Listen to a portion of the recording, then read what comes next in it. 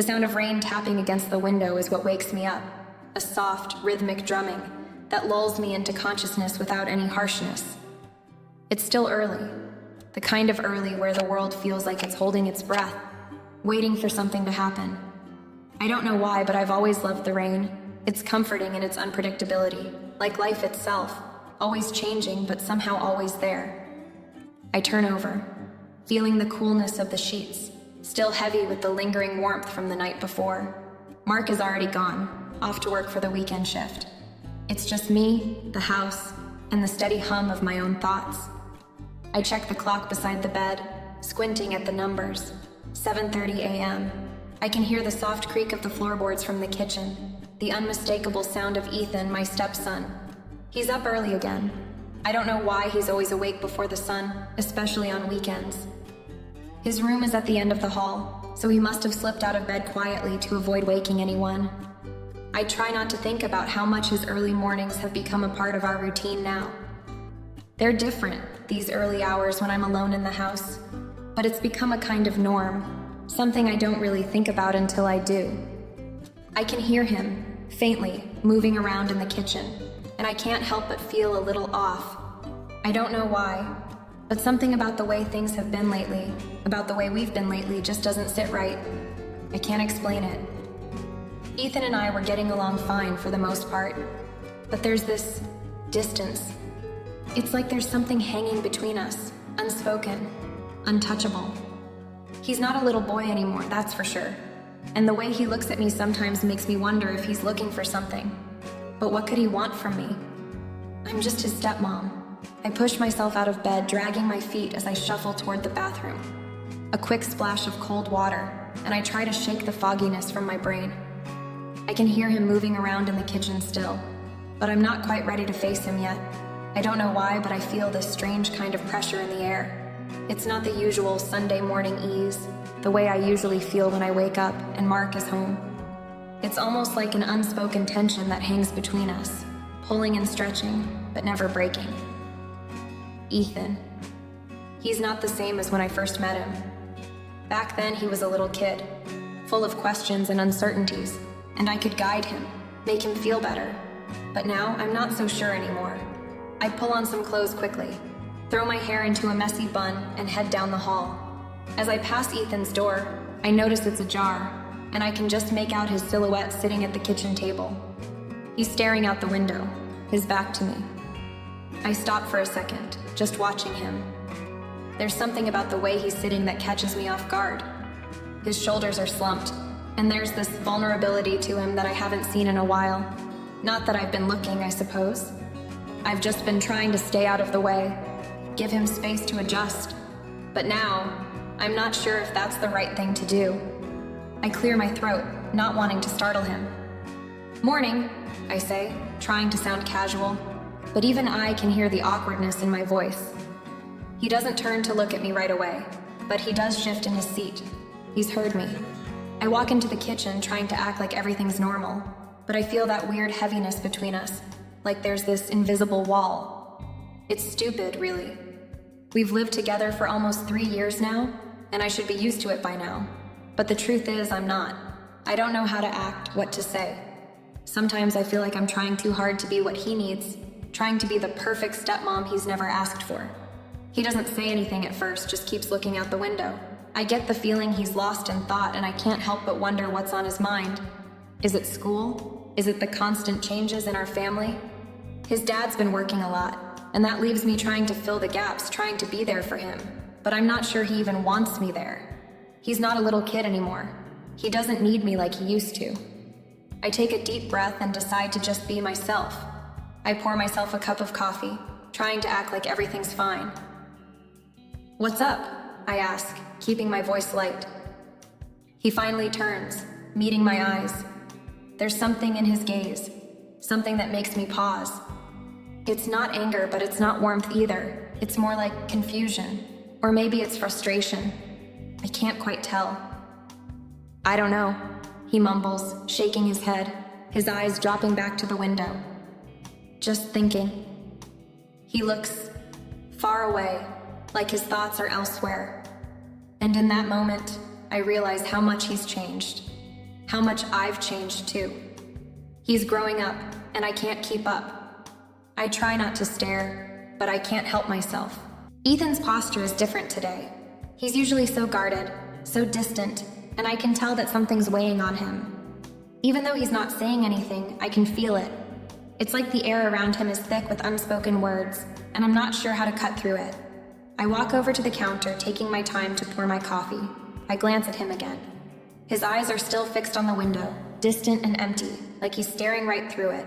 I can't tell what he's thinking. There's no way to know with him. He's always been that way, keeping everything locked up tight. I don't want to push him, not today, but I can't just leave it like this. The silence is unbearable, and I've been around long enough to know when something's off. When he doesn't answer, I decide to break the quiet, not sure what I'm even going to say. "Ethan, you good?" I ask casually, though I'm not sure it comes across that way. My voice feels tight, like I'm walking on thin ice. He finally shifts in his seat, but it's slow, like he's deciding whether or not to respond. When he does speak, it's in this low, almost defeated voice. "Yeah, just been having some trouble in school." His words are simple, but there's so much more behind them. I can tell he's hiding something bigger than a few bad grades. He's always been an intelligent kid, and when he struggles with something, it's not just a casual thing. I nod, trying to give him some space, but my mind starts racing, wondering what's going on beneath the surface. It's not like him to just bring up school problems out of nowhere.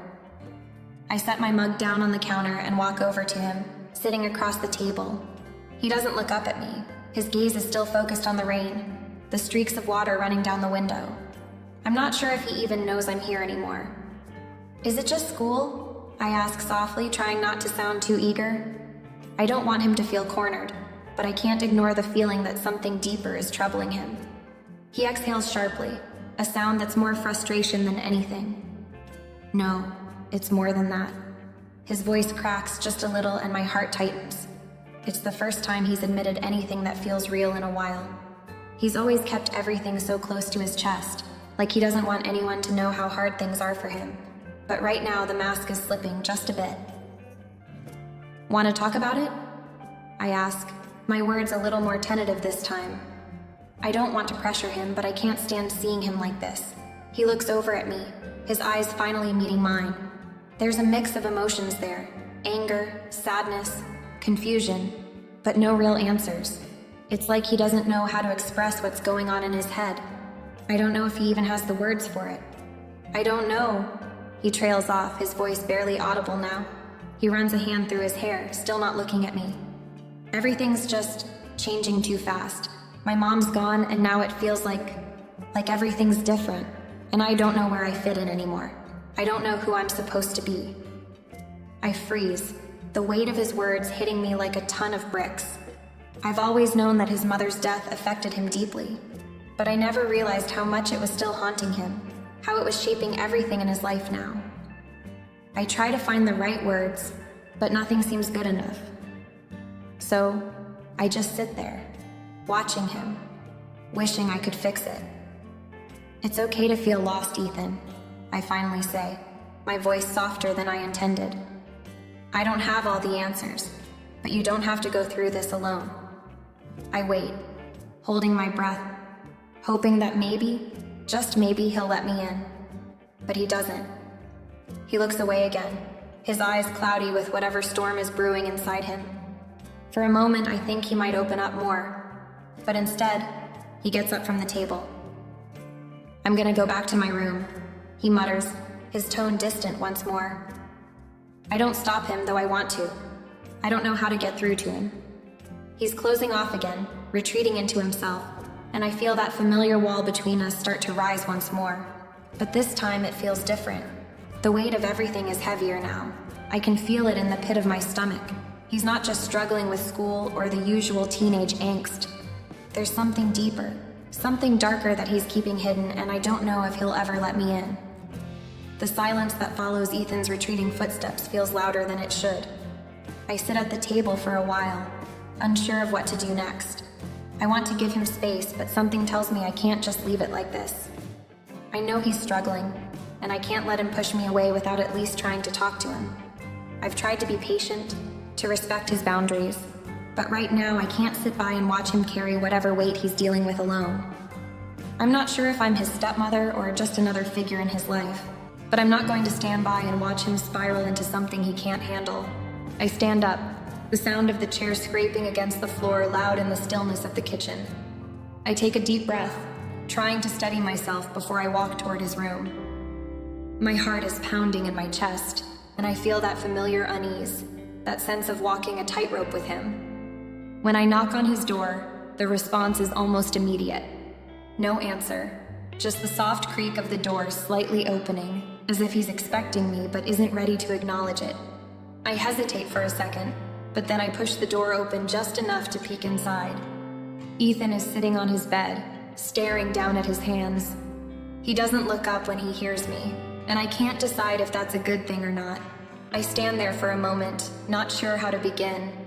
I've never been good at this, at breaking through his walls.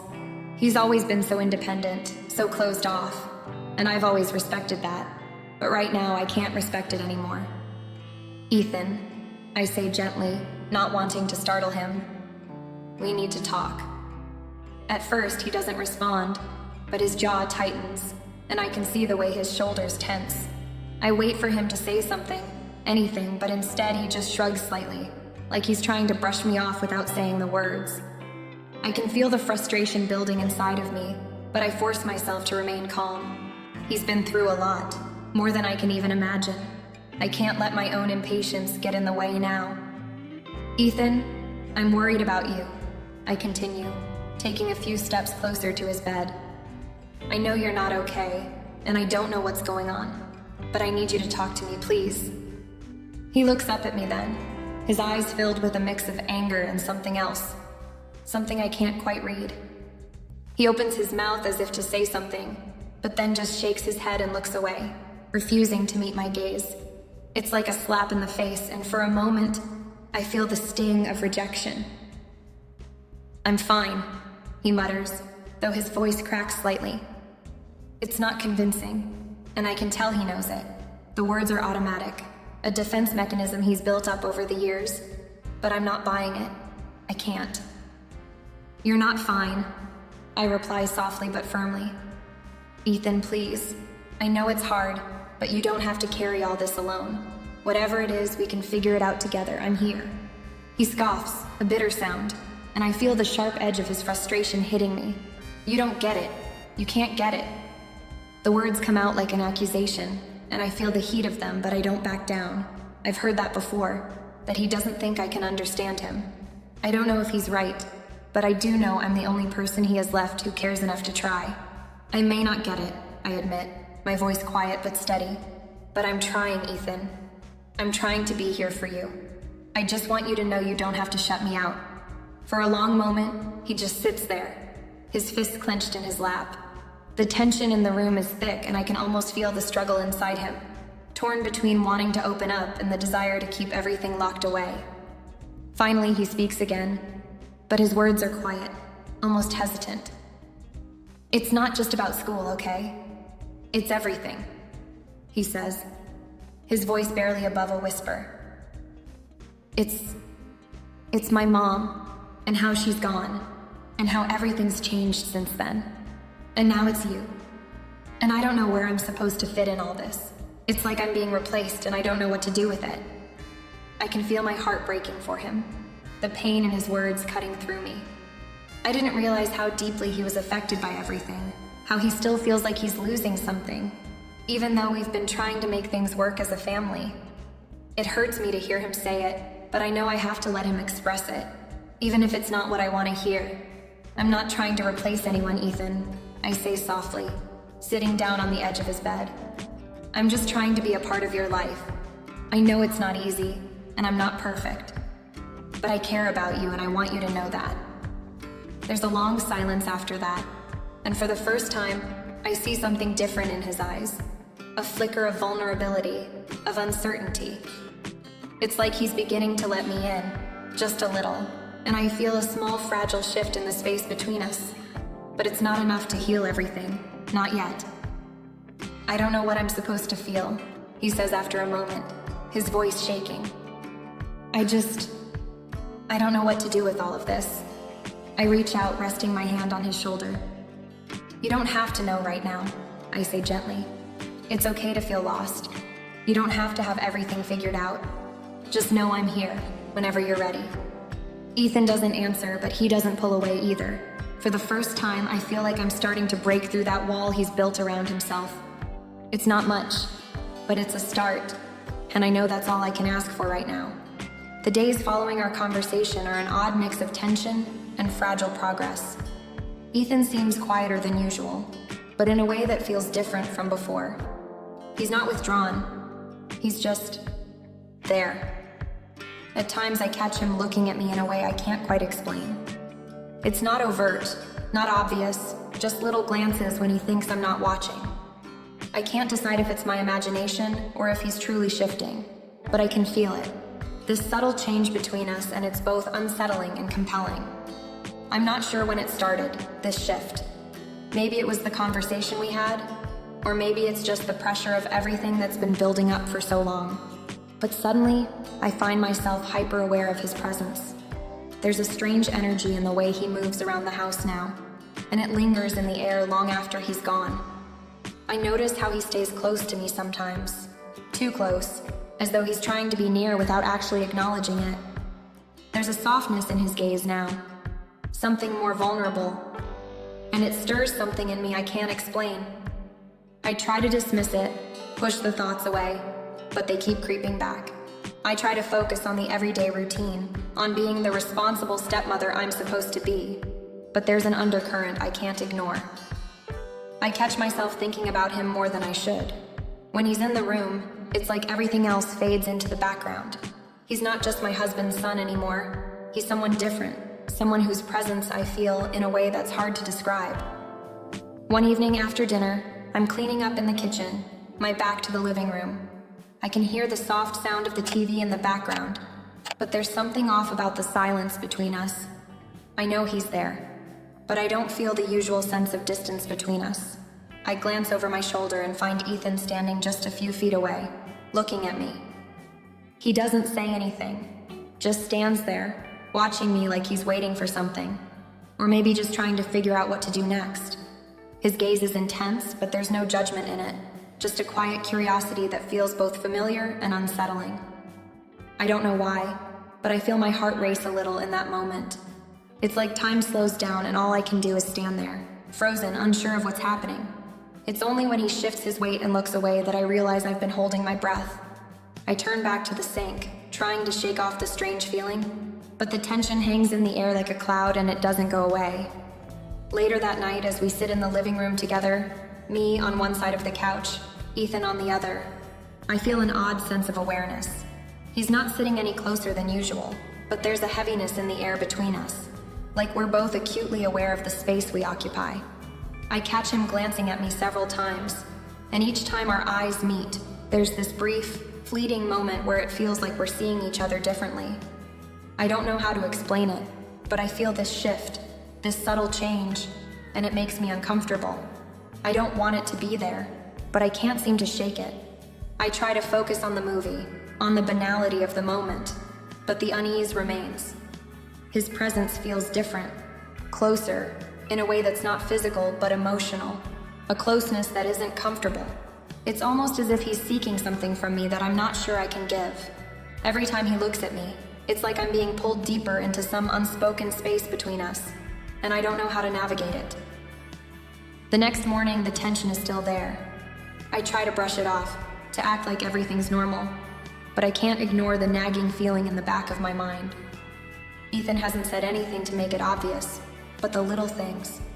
His glances, the way he stands a little too close, the way his voice falters when he speaks to me, are all telling me that something is shifting. Something that I'm not sure I'm ready for. I can feel myself questioning every interaction, wondering if I'm reading too much into it, or if he's sensing it too. The boundaries between us are blurring, and I don't know how to stop it. Every day I try to keep my distance, but it's getting harder. I can't tell if I'm afraid of what's happening, or if I'm afraid of how I feel about it. It's all so new, so unexpected, and it leaves me feeling disoriented and unsure. What's happening between us? And how do I deal with it without pushing him further away? I don't have the answers. All I know is that something is changing and I'm not sure I can stop it. That night after dinner, I sit alone at the kitchen table, my coffee cup in hand, trying to process everything that's been happening. The house is quieter now. The hum of the TV and the soft clink of silverware have faded away, leaving me with only my thoughts. Ethan retreated to his room earlier, as he often does, but there's a palpable weight in the air, like the house itself is holding its breath. I replay the day in my mind, the glances, the moments when our eyes met and lingered for just a second too long. The way Ethan's presence seemed so much more intense today, how the space between us felt smaller than it should have. I keep telling myself that I'm overreacting, that I'm reading too much into things. He's just a teenager, and I'm just his stepmother. There's nothing unusual about that, but the feeling, this unease, won't go away. I can't shake the memory of how he stood so close to me in the kitchen earlier, when I was cleaning up after dinner. He didn't touch me, not directly, but I could feel the tension in the air, the weight of his gaze on my back. It was like there was this invisible thread between us, pulling us closer together. I try to convince myself that I'm just being paranoid, that I'm imagining things. After all, teenagers are complicated. They go through phases, and sometimes those phases are just about testing boundaries. But something in me, the deeper, quieter part of me, knows it's not just that. I sip my coffee, the warmth of the mug in my hands offering little comfort against the cold knot in my stomach. I keep wondering if Ethan feels it too. The shift, the tension that seems to hang between us like an unspoken question. The way he looks at me sometimes, not just out of the corner of his eye, but with an intensity that I can't ignore. There's a vulnerability there that's both unsettling and familiar, as though he's searching for something he's not sure how to ask for. I try to focus on the mundane details, on the feel of the smooth ceramic mug, the sound of rain against the window, the soft rustle of the house settling into the night. But every time I try to lose myself in those distractions, my mind returns to him, to what's happening between us. I can't help but wonder if I've missed something, if I've somehow encouraged this unspoken bond without even realizing it, and if I've already crossed a line that I can't take back. What is it? This feeling, this pull? It's not exactly a desire, not in the way I think of it, but there's something about it that makes me uncomfortable. The closeness between us feels different, like we're not just occupying the same space anymore. We're sharing something deeper, more private, and I don't know how to handle it. I want to be a good stepmother to him, to help him through whatever it is he's going through, but now I'm starting to wonder if I'm the one who needs help. I try to think about it logically. He's just a kid. He's going through a tough time, with everything changing in his life, and I'm just a part of that change. He doesn't know how to handle it, and neither do I. Maybe he's just reaching out in the only way he knows how, through proximity, through these quiet moments when he's close but not quite touching. But that explanation doesn't feel like enough, not anymore. My thoughts drift back to the way he looked at me today, that strange mixture of longing and confusion. I don't think he's aware of how much his presence affects me, but I'm starting to wonder if I'm more aware of him than I should be. I've never felt like this before. Not about a stepchild, not about anyone. I'm caught between wanting to help him, wanting to be a mother to him, and this nagging feeling that the lines between us are blurring in a way I don't know how to control. As the night deepens, I find myself torn between the need to fix things, to smooth over the awkwardness, and the desire to keep my distance, to avoid the very thing that's making me feel so unsettled. I tell myself that tomorrow will be better, that the tension will fade, and things will go back to normal. But I know deep down that this feeling isn't going anywhere. It's just waiting for me to face it. The next morning, I wake up to the soft, gray light of early morning creeping through the blinds. The rain has stopped, and the world outside is quiet, almost still. I don't know what I was expecting when I opened my eyes, but it certainly wasn't this feeling. I feel a weight in the air, a heaviness that wasn't there yesterday. I can't explain it, but something's different. Ethan's been quieter than usual, and as I walk down the hallway to make breakfast, I hear him, sitting in the living room, his voice faint and rough from something he's trying to hide. I stop for a second, listening to the soft sound of him shuffling around. He's not speaking to anyone, just to himself, like he's still sorting through something that's too big for him to hold. When I walk into the kitchen, I don't say anything at first. I just put the kettle on for coffee and begin to prepare breakfast. The familiar routine should feel comforting, but it feels off today. Ethan's footsteps follow me into the room, and I feel his presence before I actually see him. He stands there, not saying anything, just leaning against the doorway as I flip pancakes on the griddle. There's a quiet between us now that feels both familiar and strange, like we've crossed an invisible line that neither of us knows how to step back from. After a moment of silence, he speaks. "I've been thinking about stuff," Ethan says, his voice low. There's an uncertainty in his tone that I haven't heard before. I just don't know how to talk about it. I turn around to face him, my heart skipping a beat. I try to read his face, but he's looking down, avoiding my gaze. His usual guardedness is there, but so is something else. Something raw and fragile that I don't know how to handle. I set the spatula down and walk toward him slowly, giving him the space to retreat if he wants to. But instead, he lets me approach, still avoiding my eyes but not stepping back. He's just there, standing too close and too distant at the same time. "I'm here if you want to talk, Ethan," I say softly. I don't know why I feel the need to say it. Maybe it's the way he's looking at me, or maybe it's just the way this whole situation feels like it's slipping out of control. But the words feel right, like a bridge between us. He doesn't respond immediately. For a few long seconds, we stand in the kitchen, the sound of the kettle beginning to whistle in the background. Then finally, he exhales slowly as if he's been holding something in for a long time. "I don't know what I'm supposed to feel," he says quietly. "Everything's changed and I just don't know where I fit in anymore." His voice cracks a little, and it hits me in a way I didn't expect. His words hang in the air between us, thick and full of emotion. For a brief moment, I forget to breathe. I feel this sharp, aching connection, like a knot that's been waiting to be untangled for months, and suddenly it's all coming loose. I can feel his hurt, his confusion, like it's pouring out of him, and I don't know how to stop it or how to fix it. "Ethan," I begin, my voice trembling with something I can't name. "You're not alone in this. It's okay to feel lost sometimes. You don't have to have it all figured out right away." I reach out, gently placing my hand on his shoulder. He tenses under my touch, but he doesn't pull away. I can feel the heat of his skin through the fabric of his shirt, and for the briefest moment, our eyes meet. His wide, unsure eyes, and mine full of unspoken understanding. There's an unacknowledged bond between us now, one that neither of us has put into words, but we both feel it, raw and unspoken. It's in the way his posture softens, just slightly, in the way he holds my gaze, even if it's only for a second. "I'm not trying to replace your mom, Ethan," I say, my voice barely above a whisper. "I know nothing can do that, but I'm here for you, no matter what." He nods, almost imperceptibly, but I can feel the weight of it.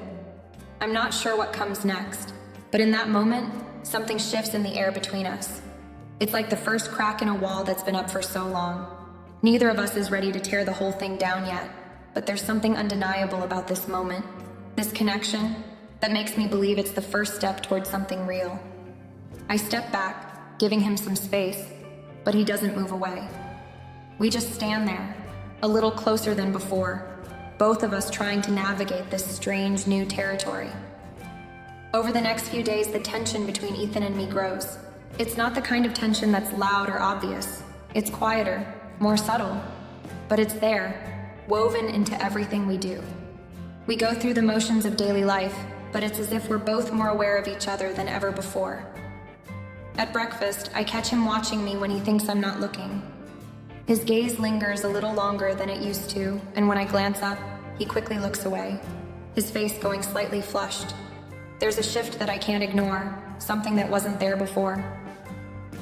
In the evenings, we spend time together watching TV in the living room, and it's during these moments that I feel it the most. The space between us seems smaller, our proximity more pronounced. One night, we're both sitting on the couch, a movie playing on the screen, but neither of us is really watching it. There's a strange stillness in the air, and I can feel the heat of his body next to mine, even though there's plenty of space between us. Ethan reaches for the remote on the coffee table, and in doing so, his hand brushes against mine. I freeze for a moment, my pulse quickening. I don't pull away, neither does he. For a few seconds, we just sit there, our fingers lightly touching, neither of us saying anything. There's a heavy silence, and yet, it feels like the most intimate thing that's happened between us. It's not overt, but it's undeniable. My heart skips a beat, and I quickly look away, trying to focus on the TV, but I can't shake the feeling that something has shifted again. Ethan doesn't say anything either. He just continues watching the movie. But there's something in the way he's sitting, slightly turned toward me, his body angled in a way that feels less like casual distance and more like a subtle invitation. It's a simple gesture, but I feel it in my chest, a flutter of unease and something else I can't name. I wonder if he feels it too, the tension, the growing connection that neither of us seems ready to acknowledge, but that's there, hanging between us like an unspoken promise. The next morning, Ethan is quieter than usual, but there's a strange, almost secretive air around him. He avoids looking at me directly, but I catch glimpses of him when he thinks I'm not paying attention. There's a softness in his expression, a vulnerability that's hard to ignore. And despite myself, I find myself drawn to him more than I should be. It's confusing and a little bit terrifying, but I can't seem to help it. The air between Ethan and me feels different now, charged with something we can't deny. It's like we're both walking on a tightrope, balancing between what's right and what's undeniable. I don't know how it happened, but the distance that used to exist between us is shrinking, and I don't know how to stop it. One afternoon, I'm standing by the window, watching the rain start again. It's a soft drizzle, barely enough to warrant an umbrella, but it's enough to make everything feel a little more intimate, a little more closed off from the outside world. As I stand there, I feel Ethan's presence behind me. I don't hear him approach, but I sense him. His quiet footsteps, the way he lingers just out of my sight, waiting for something. I don't turn around immediately, but I can feel him there, close, his warmth radiating against the cool air of the room. I take a deep breath, trying to calm the flutter in my chest, but it's harder than I thought. I know he's there, and I know he's waiting for something. Maybe for me to acknowledge what's been happening between us, or maybe for him to find the right words to make sense of it. Finally, I turn around, and there he is, standing just a few feet away. His eyes meet mine, and I can see the conflict in them, the same tension that's been there since that first night when he opened up. It's like we're both holding on to something we don't understand but can't let go of. For a moment, neither of us speaks. The silence is thick, filled with unspoken words and emotions neither of us knows how to navigate. He's standing there so close, but there's an invisible line between us that neither of us has dared to cross. I open my mouth to say something, but the words get stuck. There's no easy way to address what's been happening between us, not when we're both so tangled in this strange, complicated web of emotions. But as I look at him, I realize that I can't ignore this any longer. I can't pretend that nothing's changed between us because it has. I don't know where it will lead, but I know we can't keep pretending it isn't there. And in that moment, something shifts. He takes a small step forward, closing the distance between us just a little bit more. It's subtle, but it's there. His presence, his energy, and something unspoken in the air between us. Neither of us knows where it will go, but we're both aware that things will never be the same. The bond we share has evolved, and whether we're ready for it or not, it's something we'll both have to face.